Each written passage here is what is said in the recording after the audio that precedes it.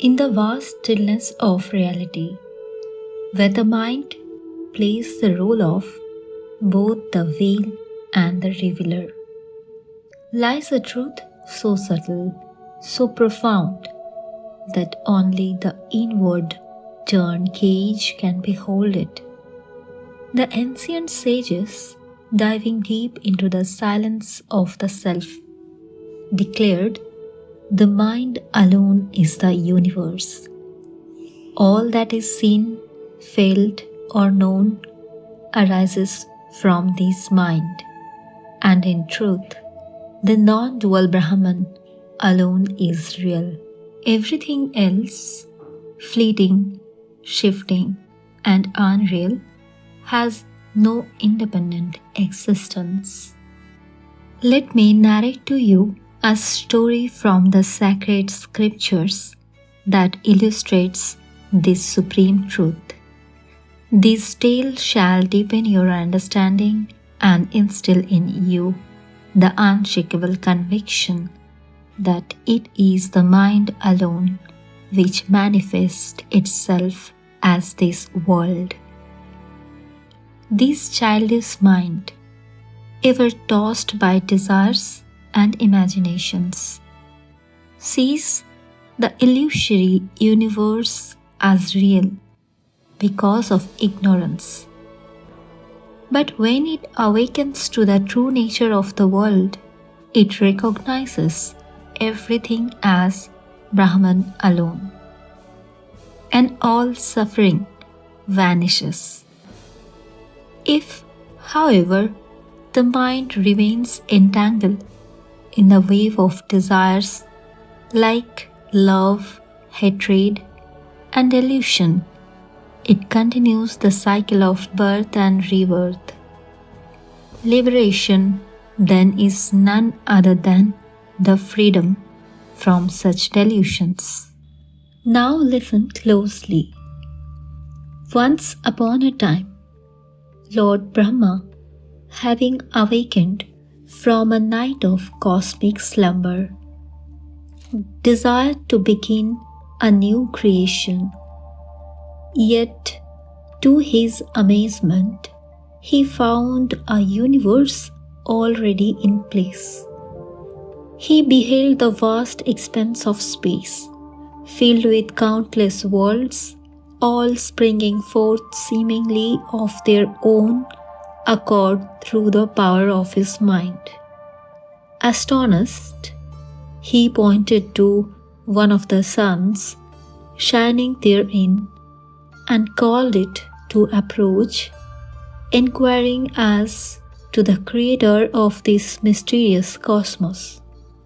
The sun, bowing in reverence to Brahma, replied humbly, "O Lord, if even you, the great progenitor of all creation, are unaware of the origin of this universe, then I shall tell you what I know.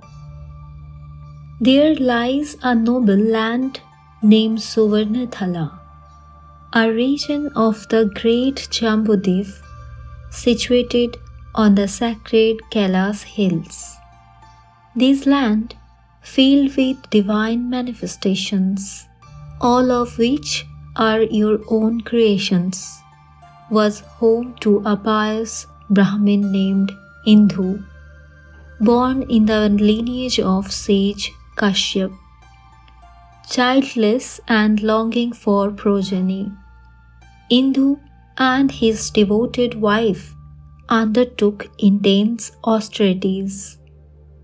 With hearts full of faith and bodies sustained only by water, they stood motionless as trees, immersed in penance at the sacred abode of Lord Parameshwara on Mount Kailas. Whereupon Parameshwara, pleased with their unwavering tapas, approached them and asked their wish. Bowing low to the ground, they prayed for 10 wise and noble sons who would deliver them from worldly sorrow. The boon was granted, and soon they were blessed with 10 radiant sons, each shining with knowledge and virtue. As time passed, the parents attained the end of their earthly journey, and the sons, filled with this passion, withdrew once more to the Kailash hills. There, in the silence of the mountains, they pondered deeply, saying, "Shall we find release from pain by becoming leaders among men? Nay, even kingship and empire over all worlds is but a fleeting state.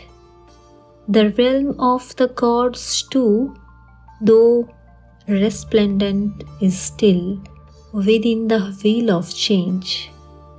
Let us instead become Brahma, the Creator Himself, so that we may abide in the fullness of pure, undivided bliss."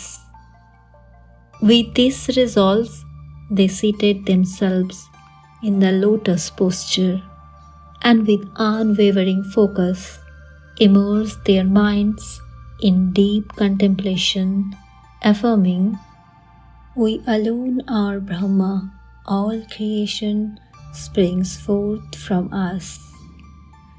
Long ages passed, kalpas, that is, cosmic cycles, flowed by as they sat motionless, absorbed in this sublime meditation. Their minds, freed from all fluctuation, became one with the creative source. In time, each of the 10 became a Brahma unto himself, and 10 vast realms or lokas came into being, each shaped in the mental ether or Chidakash of these awakened beings. From among the 10 creations, I am one of the sons born of their mental will, concluded the sun, and with those words vanished from the Brahma's sight. The sage Vasishtha narrated the same story to Rama and said, "Know, O Rama, that all the visible universes exist only as expansion of this dense and restless mind. Even the great Brahma, in his act of creation, does so only through the mind's vast power. Thus, what you perceive outside is none other than a reflection within. Thus, O seeker of truth, the tale comes to an end, but the inquiry it inspires must begin within you. Reflect upon the infinite power of the mind, how it binds and how it can liberate. If the mind can create worlds through desire, it can also dissolve them through wisdom. Between bondage and freedom lies only this turning inward. Meditate, therefore, not upon the many, but upon the one. For the source of all creation is not in the sky nor in the stars, but within the still silence of your own self-aware mind.